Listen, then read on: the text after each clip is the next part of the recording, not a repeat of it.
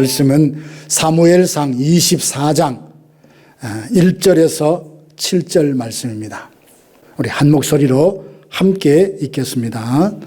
사울이 블레셋 사람을 쫓다가 돌아오매 어떤 사람이 그에게 말하여 이르되 보소서 다윗이 엔게디 광야에 있더이다 하니 사울이 온 이스라엘에서 택한 사람 3,000명을 거느리고 다윗과 그의 사람들을 찾으러 들염소 바위로 갈새 길가 양의 우리에 이른즉 굴이 있는지라 사울이 뒤를 보러 들어가니라 다윗과 그의 사람들이 그 굴 깊은 곳에 있더니 다윗의 사람들이 이르되 보소서 여호와께서 당신에게 이르시기를 내가 원수를 내 손에 넘기시리니 내 생각에 좋은 대로 그에게 행하라 하시더니 이것이 그날이니이다 하니 다윗이 일어나서 사울의 겉옷자락을 가만히 베니라.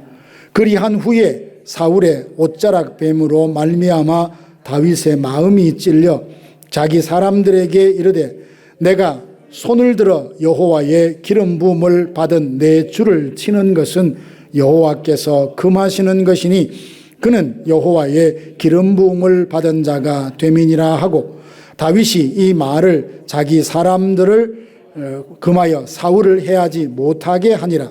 사울이 일어나 굴에서 나가 자기 길을 가니라. 아멘. 두 사람이 길을 갑니다. 그런데 어째서인지 같은 풍경을 보고도 서로 나타내는 반응이 서로 다릅니다. 한 사람은 이 도시가 참 따뜻하다 그렇게 느꼈는가 하면 또 한 사람은 이 도시는 참 차갑고 우울하다 그렇게 느꼈습니다. 똑같은 풍경, 똑같은 환경을 보고 전혀 다른 반응을 느꼈던 이유가 뭘까요? 그것은 서로 다른 안경을 끼고 있었기 때문입니다.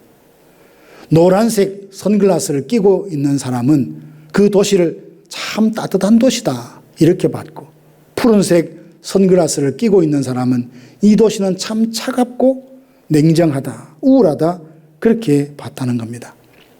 우리 인생도 마찬가지입니다. 어떤 안경을 끼고 보느냐에 따라서 전혀 다른 의미로 와닿습니다. 사람들은 흔히 두 가지 안경을 가지고 세상과 인생을 본다고 합니다. 하나는 상황이라고 하는 안경입니다. 내 형편이 이러니 하나님의 말씀, 그 해석도 다 거기에 맞추어야 하지 않느냐라는 거죠. 자기가 처한 형편이 기준이 되고 그것이 원점이 되어서 하나님의 말씀을 거기다가 꿰어 맞추는 식으로 해석을 하는 사람들 말하죠. 그런가 하면 말씀이라는 안경을 끼고 살아가는 사람들도 있습니다. 내 형편이 이러하지만 과연 하나님의 말씀은 뭐라고 하시는가? 하나님의 말씀의 시각과 그 잣대로 자기 상황을 해석하고 받아들이는 사람을 말합니다. 둘은 참 비슷해 보이지만 그 결과는 완전히 다릅니다. 1960년대에 남미에서 해방신학이라는 운동이 일어났습니다. 극심한 빈부격차와 그리고 군부의 독재, 가난한 농민들의 고통의 삶의 현장에서 가난한 사람들의 입장에서 성경을 한번 보자라는 것이었습니다. 처음에는 참 따뜻하게 들렸을 겁니다. 그러나 그 운동은 점점 성경을 절대적인 진리가 아니라 상황에 맞추어야 한다는 논리로 가 하나님의 진리의 순수성을 잃어버리고 말았습니다. 그들은 주장하기를 출애굽은 영혼 구원이 아닌 사회혁명의 모델이고 십자가 또한 죄에서의 구원이 아닌 사회 구조를 개혁하는 상징물로 그렇게 해석을 했습니다. 1970년대, 80년대 한국에도 보면 민중신학이라는 신학운동이 일어났습니다. 군사 정권의 억압, 노동자의 고통, 분단의 고통이라는 상황을 가지고 성경을 재해석합니다. 남미는 가난, 한국은 억압, 미국은 풍요를 추구하는 그 안경으로 성경을 재해석해서 해방신학, 민중신학, 번영신앙이라는 잘못된 신학을 낳게 되었습니다. 오늘 본문에 보면 다윗도 자기 삶에 처한 상황이 있었습니다. 근데 그 상황에 하나님의 말씀을 거기다 꿰어 맞추는 것이 아니라 하나님의 말씀으로 그 상황을 해석했다는 사실입니다. 저는 이를 두고 상황을 따라 사는 것이 아니라 말씀을 따라가는 삶이다, 이렇게 봅니다. 본문의 다윗의 이 모습을 보면서 오늘 우리도 어떤 삶을 살아야 하나님께 기쁨이 될까를 함께 생각해 보기를 원합니다. 오늘 본문을 이해하시려면 오늘 여기는 엔게디 동굴에 숨어서 있다가 사울을 만나거든요. 다윗이 엔게디 동굴에 숨을 때까지 어떤 일들을 겪어왔는지를 좀 이해할 필요가 있습니다. 골리앗을 쓰러뜨린 날 여인들이 다윗을 칭송하지 않습니까? 사울이 죽인 사람은 천천이나 다윗이 죽인 사람은 만만이다. 다윗을 막 띄웠습니다. 그때부터 사울은 그 소리를 듣고 다윗을 보는 시선이 아주 달랐습니다. 며칠 뒤 사울은 자기를 위해서 수금을 타는 다윗을 향하여 단창을 2번이나 던져서 죽이려고 했습니다. 사무엘상 19장에 보면 사울은 아주 공개적으로 모든 신하들과 아들 요나단에게 다윗은 우리 정치의 정적이니 죽이라고 공개적으로 명령까지 내렸습니다. 그 밤 다윗은 아내 미갈의 도움을 얻어 겨우 창문을 넘어서 이제 오랜 망명길에 오르게 되었습니다. 어제까지는 왕의 사위였던 사람인데 오늘은 빵 한 조각을 구걸하기 위해서 높당에 있는 제사장을 찾아가는 신세가 되었습니다. 수만 명의 군대를 이끌면서 전쟁을 지휘했던 그 사람이 오늘은 광야 굴 속에서 숨어서 생명을 부지해야 되는 신세가 되고 말았습니다. 도망 중에도 끔찍한 비극이 일어났습니다. 사무엘상 22장에 보면 배가 고파서 제사장을 찾아가서 먹을 것 없느냐 해서 제사장만이 먹을 수 있는 성전의 그 진설병 떡을 먹었죠. 이 일이 사울에게 그만 고발이 되어져서 내가 잡으려고 하는 다윗을 도와주었다는 죄로 제사장 아히멜렉을 단칼에 죽이고요. 그것도 모자라 높당에 있는 85명의 제사장을 다 죽였습니다. 22장 19절에 하면 제사장만 죽인 것은 남녀와 아이들과 젖 먹는 자, 소, 그리고 나귀, 양을 칼로 쳐서 그 마을을 아주 진멸을 시켜버렸습니다. 그 학살 현장에서 겨우 빠져나와 살아남았던 아히멜렉 제사장의 아들 아비아달이 이 소식을 다윗에게 전해주니까 다윗이 그 소식을 듣고 이렇게 말합니다. 내 아버지의 온 집의 죽음이 내게로 돌아왔도다. 이 말은 다른 말이 아닙니다. 너희 아버지와 무고한 제사장들이 사울의 손에 죽은 것은 내 책임이다. 내 탓이다면서 그렇게 자기에게로 돌리고 있습니다. 사무엘상 23장에 보면 다윗이 블레셋으로부터 괴롭힘을 당하는 그 일날을 보고 긍휼히 여기는 마음이 생겼습니다. 그래서 하나님께 기도하니까 하나님이 가라 그를 내 손에 붙이라 해서 그 블레셋의 손에서 그 일라 사람을 구원해 주었습니다. 그런데도 그 일라 사람은 사울에게 다윗을 넘겨주려고 했습니다.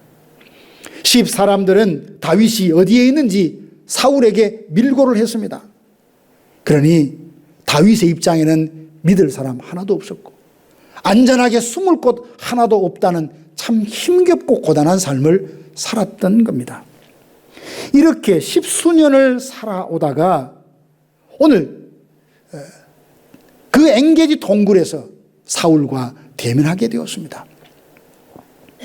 다윗은 지쳐 있었습니다. 나와 사망은 한 걸음뿐이다 라고 탄식할 정도로. 이런 상황이라면 모든 상황을 급히 다 정리해버리고 좀 쉬고 싶다, 좀 평안하게 지내고 싶다는 마음이 그 마음에 왜 없었겠습니까? 이 시기에 시편 57편이 지었던 다윗의 시를 보니까 내 영혼이 사자들 가운데 살고 있다라고 탄식을 했어요. 시편 142편도 같은 상황에서 지은 시인데 마지막 절에서 그는 이렇게 말합니다. 나를 옥에서 이끌어내사. 다윗은 자신의 삶이 감옥에 갇힌 것처럼 그렇게 날마다 고통을 겪고 있다고 말했죠. 심지어 시편 13편의 고백을 보면 여호와여 어느 때까지니까? 여호와여 어느 때까지니까? 이 고난이, 이 고통이 언제까지 내게 임하는 겁니까? 라고 탄식했던 것을 보게 됩니다. 지치고 피곤한 몸으로 엔게디 동굴에 지금 600명과 함께 숨어 있는데 10수년간 자기를 죽이려고 하는 그 사람이 홀로 무방비 상태로 동굴 안으로 들어왔습니다. 마음만 먹으면 당장 한 칼에 그 사울을 죽일 수도 있었습니다. 주변의 신하들이 말합니다. 왕이여, 하나님이 말씀하신 대로 오늘이 바로 그날입니다. 복수할 수 있는 날, 지긋지긋한 추격, 이 도망자의 삶을 끝낼 수 있는 기회가 왔습니다 라고 말을 합니다. 이때 다윗은 상황에 따라 움직이지 않고 하나님의 말씀을 생각했습니다. 모든 상황을 확실히 종료시킬 수 있는 절호의 순간이었지만 상황 따라, 형편 따라 움직인 것이 아니라 하나님의 말씀을 쫓아 그는 행동했습니다. 자, 여기서 우리가 말씀 따라 살고 싶은 소망도 우리가 다 있을 텐데, 그러면 우리에게 주어진 상황이 유혹인지 기회인지, 기다려야 될 때인지 행동해야 될 때인지 도대체 어떻게 분별할 수 있다는 말입니까?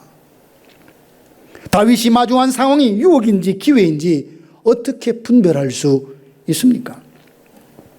부하들마저도 4절 보니까 보소서 하나님께서 지금 당신에게 당신의 손에 사울을 맡겨주셨다고 이야기를 합니다. 모두가 공감하고 모두가 동의하는 그 상황, 한 가지 결론을 하겠습니다.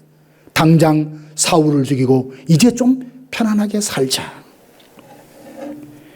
10수년 동안 아무도 사울을 무력화시킬 수 없었는데 오늘 사울이 자기 발로 다윗 앞에 왔으니 없앨 수도 있었을 것입니다. 그때 잠시 멈추어서 아무리 사울을 죽일 수 있는 여건이 다 갖추어졌다 할지라도 그는 하나님의 뜻을 물었습니다.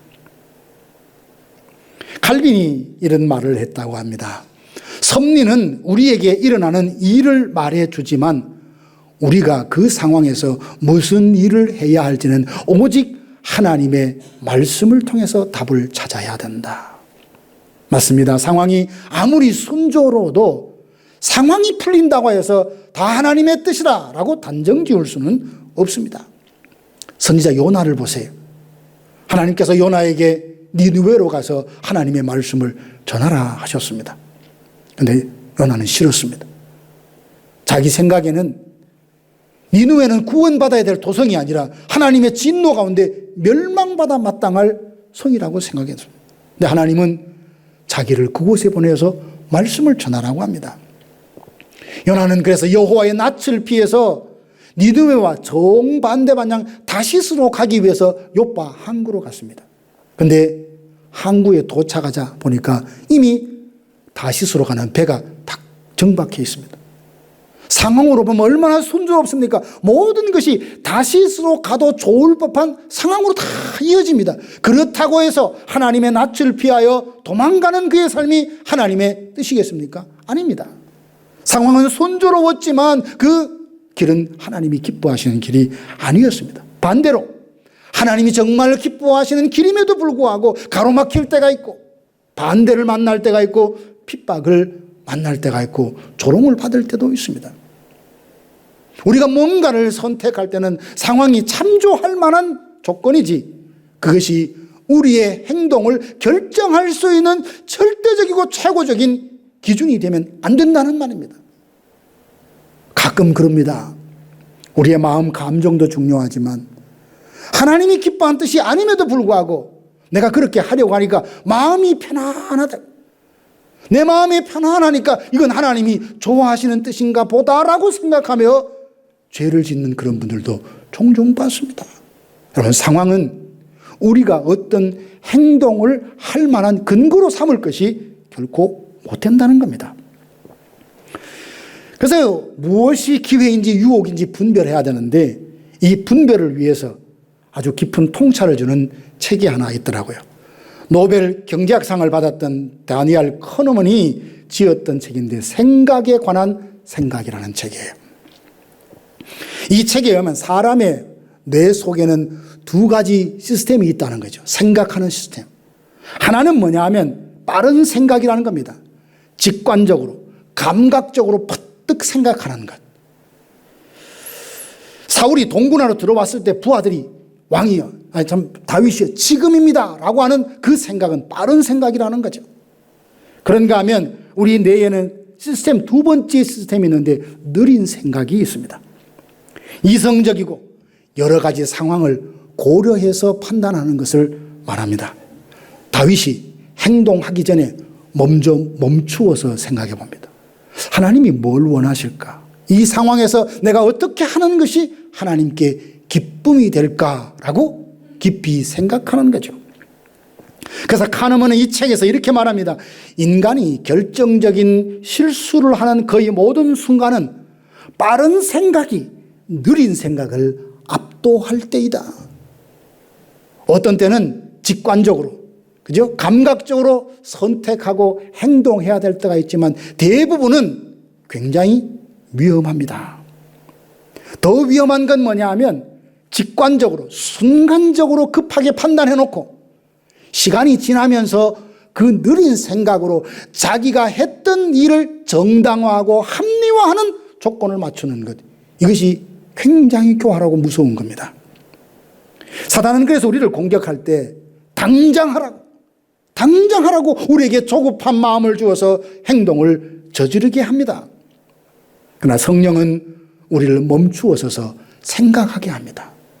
하나님의 뜻이 무엇인지, 어떻게 해야 하는 것인지 생각하게 하는 거죠. 이 두 가지 사고 패턴으로 살았던 두 사람을 오늘 이 사무엘상에서 우리는 만나게 되는데, 사울은 빠른 생각을 때로 행동했던 사람입니다.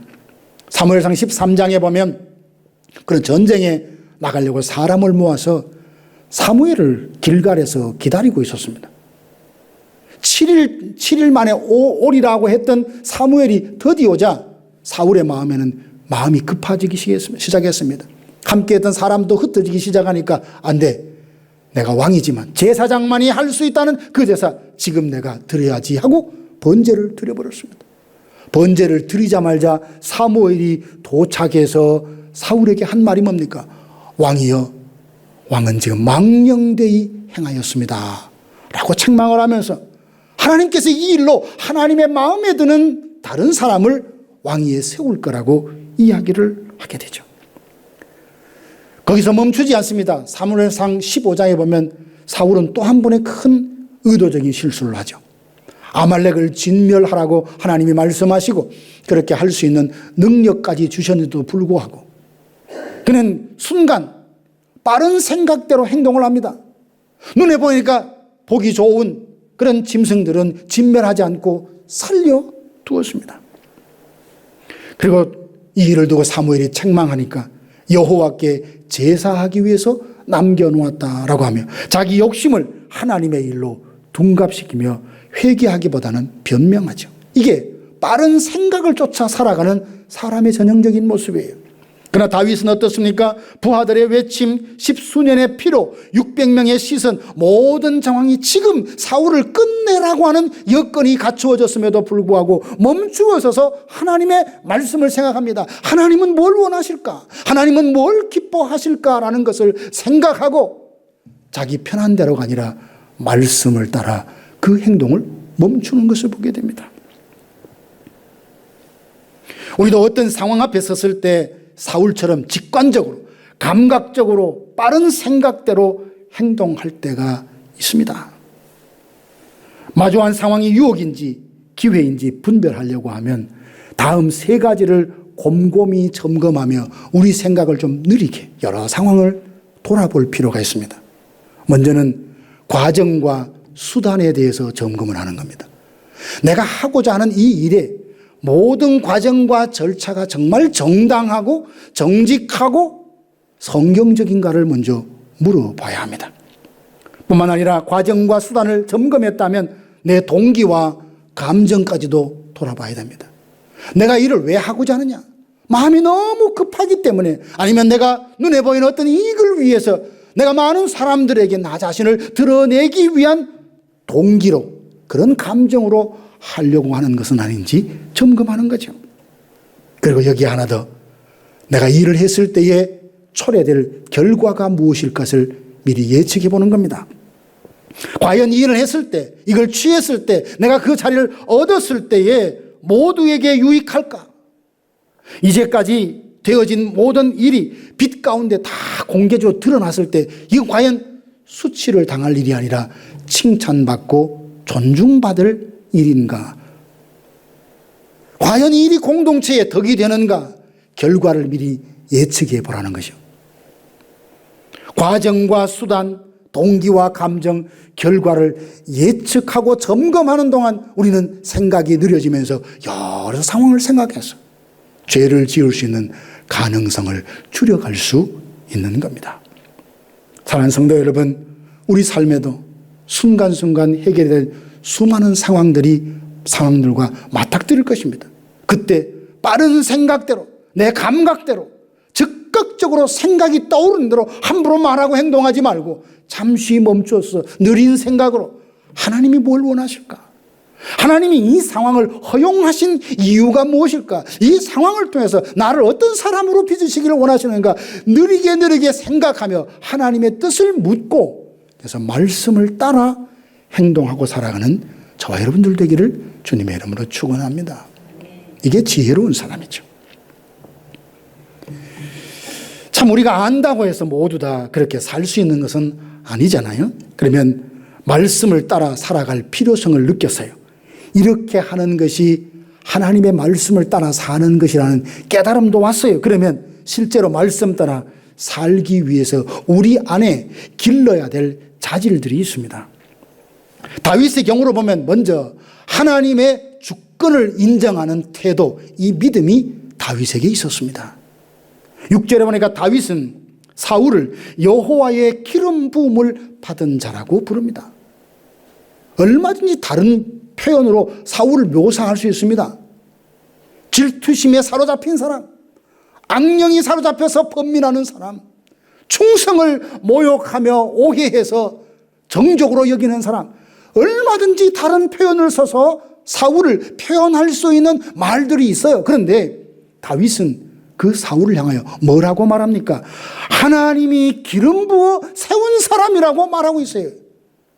그 말에는 하나님의 주권을 온전히 인정하는 참 믿음이 그 속에 있었던 겁니다.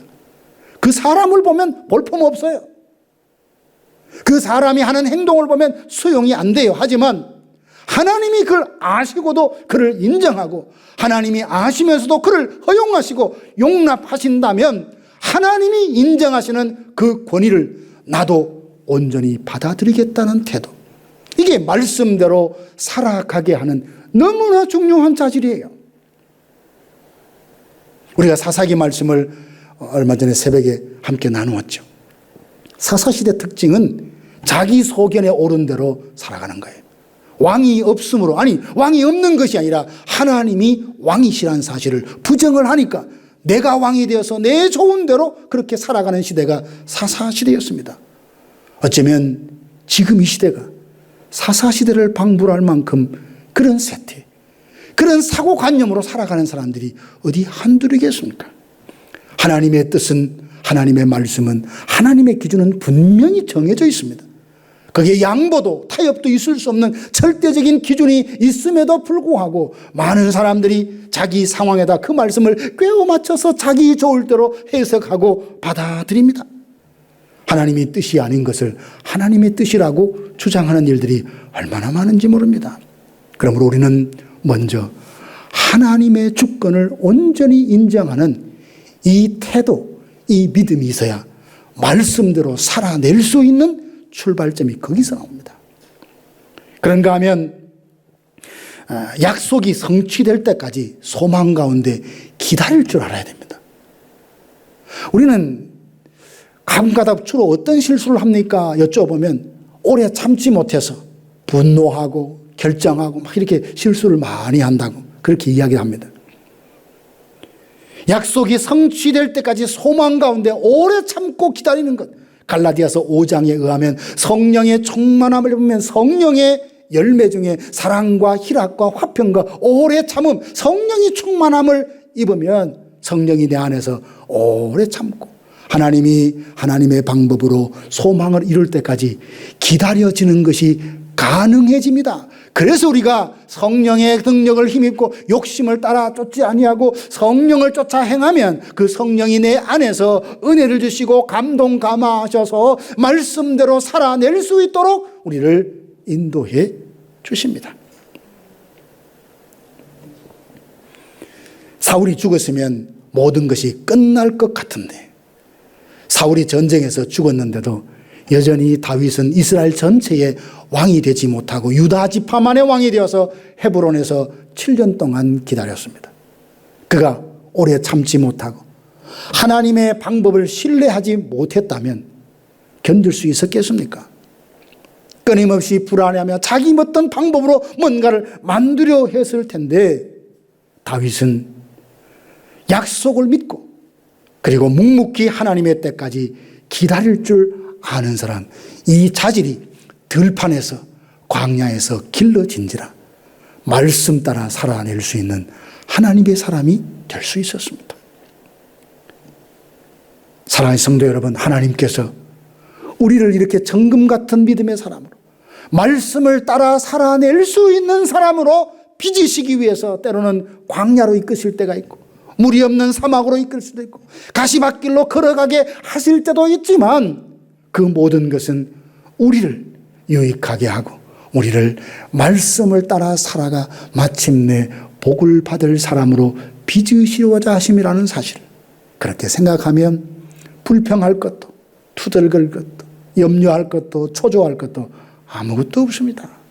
나보다 나를 더 잘 아시는 하나님, 완전한 지혜와 근능하신 손으로 미리 과거부터 아시고 나의 미래까지도 꿰뚫어 보시는 전능하신 하나님의 그 손에 붙들려 있는 한 우리는 망하지도 거꾸러지도 않을 것입니다. 그리고 마지막 소망이 이루어질 때까지 묵묵히 참고 기다리는 이 심성, 이 성량을 광야에서 길러줘서 우리의 삶이 말씀을 따라 살아가는 하나님의 사람들 되기를 주님의 이름으로 축원합니다. 그러면 말씀을 따라 살았을 때 누리는 은혜가 무엇입니까? 참된 평강입니다. 좀 여기 질문을 가질 수 있습니다. 아니, 말씀대로 살려고 하니까 많은 사람들이 싫어하고 반대하고 핍박하던데요. 예, 그리스도 안에서 무릇 경건하게 살고자 하는 자는 핍박을 받으리라 했습니다. 말씀을 따라 살면 그 삶이 쉬운 것 아닙니다. 그러니 세상이 말하는 대로 만사형통이 아니에요. 말씀을 따라 살아가는 사람은 좁은 길이에요. 십자가를 지고 가는 길이고 자기를 부인해야 하는 길이고 자기 십자가를 지고 주님 가신 길을 뒤따라가는 길이기에 쉽지 않습니다. 그러나 육체의 고단함은 있어도 마음의 평강은 누구도 빼앗을 수 없는 그 평강을 누릴 수 있습니다. 이게 비밀이에요. 예수님이 공생의 삶을 사셨을 때 쉬웠을까요? 편했을까요? 아닙니다. 주님은 공중에 새도 깃들 둥지가 있고 여우도 굴이 있지만 인자는 머리 둘 곳도 없다 하실 만큼 가난하게 사셨어요. 그리고 예수님은 풍랑이는 바다 위에 항해 중에 제자들은 지금 죽겠다고 물을 퍼내는 그 순간에 잠드셨습니다. 저는 그 모습을 보면서 눈물이 빙 돌더라고요.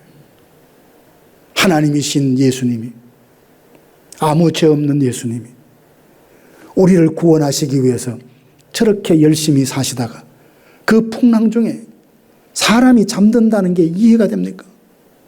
얼마나 피곤하면, 얼마나 고단하면 그 상황에서 깊이 잠들 수 있을까?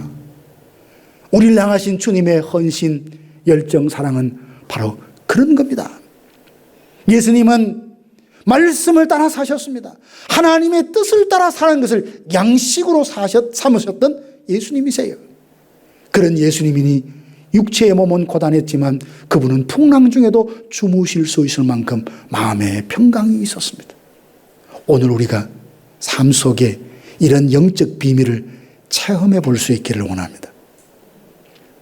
복음 때문에 사는 것이 고단해요. 힘들어요.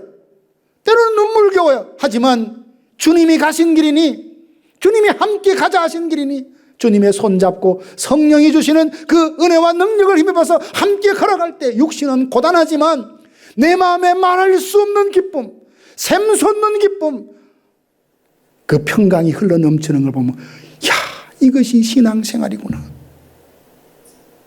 이런 깨달음을 통하여 자녀들에게, 손주들에게 간증해 줄 수 있는 신령한 이런 체험들을 하면서 예수 믿는 저와 여러분들 되기를 소망합니다. 그리고 말씀을 따라 살면요, 우리의 믿음이 성숙하게 되고 거룩한 성품이 점점 빚어질 수밖에 없습니다. 그리고 선한 영향력을 갖게 되는데요, 17절에 보면 사울이 다윗에게 이렇게 고백합니다. 나는 너를 학대했지만 너는 나를 선대하니 너는 나보다 의롭다. 사울의 입에서 다윗의 믿음과 그 선행을 인정하고 칭찬합니다. 우리 아내분들, 남편들에게 잔소리를 많이 충만하게 하면 남편이 바뀔 것이라는 확신 가운데 있는 분들 종종 있죠. 왜? 하나님께서 그 아내들에게 남자들이 보지 못하는 섬세한 눈을 주셨기 때문에 참 잘 보입니다. 사랑하니까, 잘 보이니까, 요거 다듬어 줬으면 참 멋진 사람이란 걸 너무나 잘 하니까 끊임없이 잔소리를 합니다. 사울이 이렇게 변한 것은 다윗의 잔소리가 아니었습니다. 다윗이 말씀을 따라 살아가는 삶을 사울이 목격하고 경험하게 되면서 그 입에서 신앙의 고백이 나왔어요. 너는 나보다 의롭도다. 참 이걸 보면 사람을 바꾸는 것, 사람이 할 수 있는 것이 아닙니다. 하나님이 하시는데 다만 우리를 통해서 주께서 누군가를 변화케 하실 수 있다는 사실을 오늘 보게 됩니다. 말씀을 마무리합니다. 우리는 상황을 쫓을 것이 아니라 말씀을 따라 살아가야 합니다. 이게 결코 쉽지 않습니다. 가나안 땅을 정탐했던 10명의 정탐꾼을 생각해 보십시오. 그들의 눈앞에는 견고한 성읍이 버티고 있습니다. 그곳에 살고 있는 아낙 자손을 보니까 키가 얼마나 큰지 자기들은 그 앞에 메뚜기처럼 여겨졌습니다. 분명히 봤습니다. 사실을 정확하게 봤어요. 그러나 그럼에도 불구하고 그 땅을 하나님이 이스라엘에게 주셨다는 사실, 반드시 정복하게 하실 것이라는 하나님의 약속의 말씀은 간과하고 눈에 보이는 것만 생각했습니다. 그래서 자기 눈으로 본 것만 이야기하고 결론을 내렸더니 이스라엘 백성들이 그 이야기를 듣고 방황하다, 통곡하다, 누가 앞장서서 애굽으로 가게 하자는 원망을 하다 광야에서 그 사람들이 다 진멸하고 죽었지 않습니까? 아브라함과 사라도 보세요. 가나안 땅에 거한 지 10년이 지났는데 아들을 주겠다, 자식을 주겠다고 했는데 자식이 없어요. 하늘의 별처럼 바다의 모래처럼 후손이 많아질 거라 하셨는데 그 일이 있으려고 하면 당장 아들이 있어야죠. 10년 동안 기다리는데 아들이 없어요. 상황을 보니까 사라는 점점 늙어갑니다. 더 이상 잉태할 능력을 잃어가고 있는 현실 상황을 보자 그들은 하나님의 약속을 무시하고 하갈과 동침해서 이스마엘을 낳고 말았습니다. 어디 이뿐이겠습니까? 지금도 수많은 사람들이 하나님의 말씀을 따라 살고자 하는 선한 열심과 열정을 내려놓고 상황에 맞추어서, 형편에 맞추어서 내 신앙의 기준을 낮추고 그렇게 살아가는 것을 느린 생각으로 합리화하고 정당화하면서 그것이 하나님의 마음에 얼마나 근심을 주고 있다는 사실을 전혀 인식도 하지 못한 채로 살아가고 있는 것은 아닌가.